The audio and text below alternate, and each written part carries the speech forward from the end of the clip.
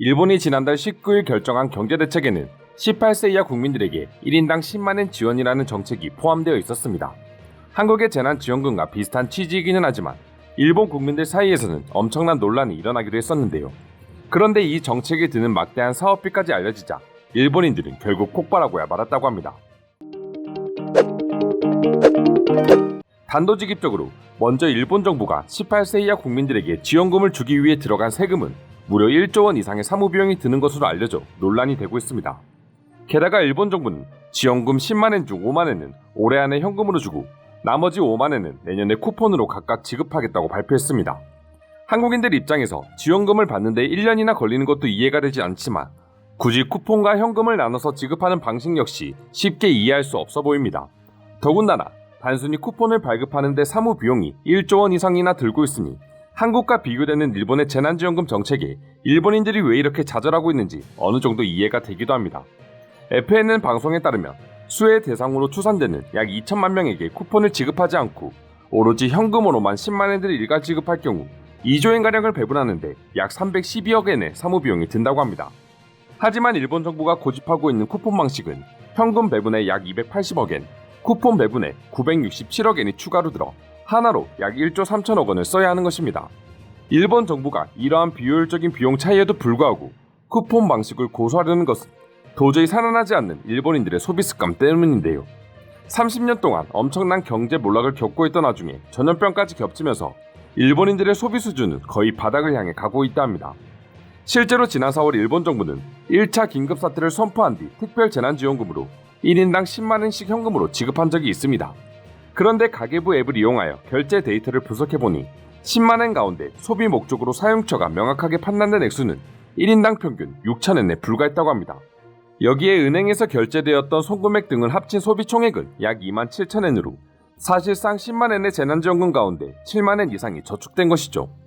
지원금의 목적 중 하나가 얼어붙은 소비 문화를 해소해 경기 부양 효과를 얻는 것인데 일본의 아날로그 문화와 경제 상황이 맞물리면서 오히려 저축으로만 지원금이 몰리면서 쓸모없는 정책이 되어버린 것입니다.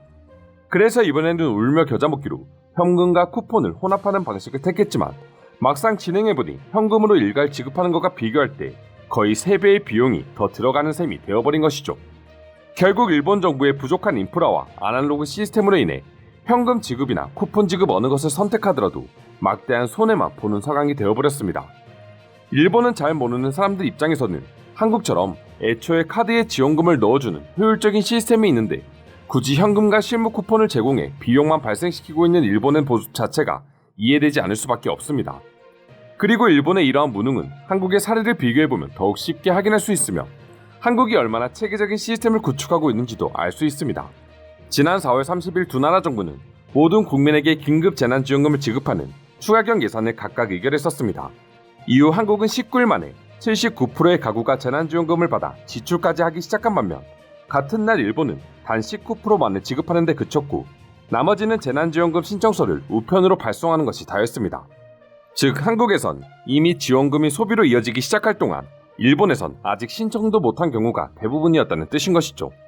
이렇게 말도 안 되는 한일 간의 격차를 빚어낸 가장 큰 원인은 바로 카드 이용률과 신원 확인 시스템에 있습니다. 한국은 IMF 이후 신용카드 소득 공제를 실시하는 등 정부 차원에서 카드 이용을 장려하기 시작했고 그 결과 민간 소비 지출에서 신용카드 비율은 2000년 13%에서 2019년 72%까지 증가하는 모습을 보여주었습니다. 하지만 일본은 아직까지도 현금 비율이 2019년 기준 84%에 달하고 있습니다.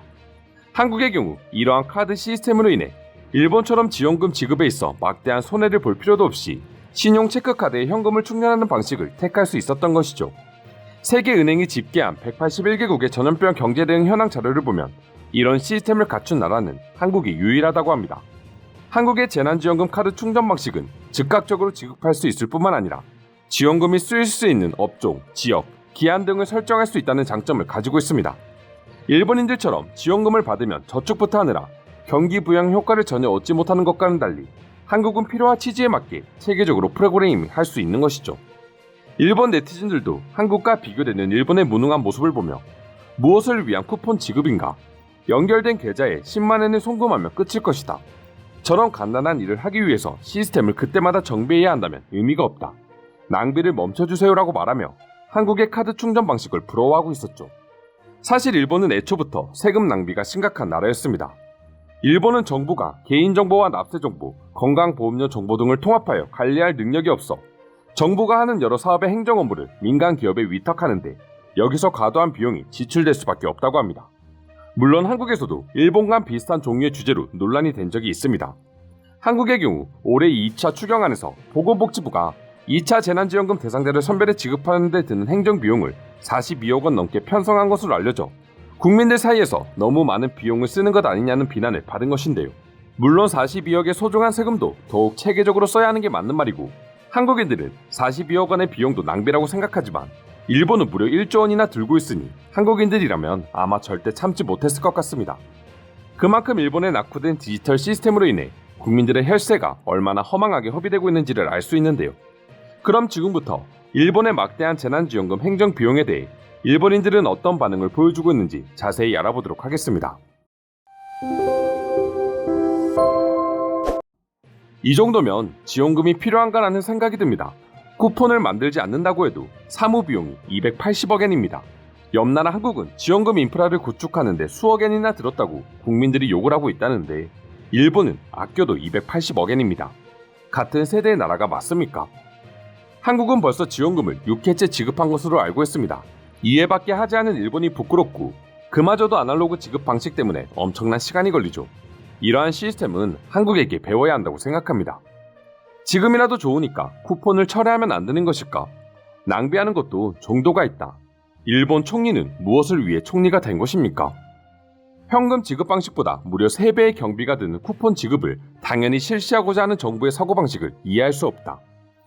일본 정부는 단순한 산수도 못하는 사람들의 모임이라고 생각합니다. 예산이 무한히 있는 것도 아닌데 사용해야 하는 돈을 어떻게 절약해야 할까라고 생각하는 사람이 정부엔 한 명도 없는 것 같네요. 왜 현금만 지급할 수 없는 건가요? 쿠폰 관련 업종에 종사하는 기업 등과 뒷거래가 있는 게 아닌가 하는 의심이 듭니다. 일본 정부는 늘 그런 식으로 일처리를 해왔으니까요.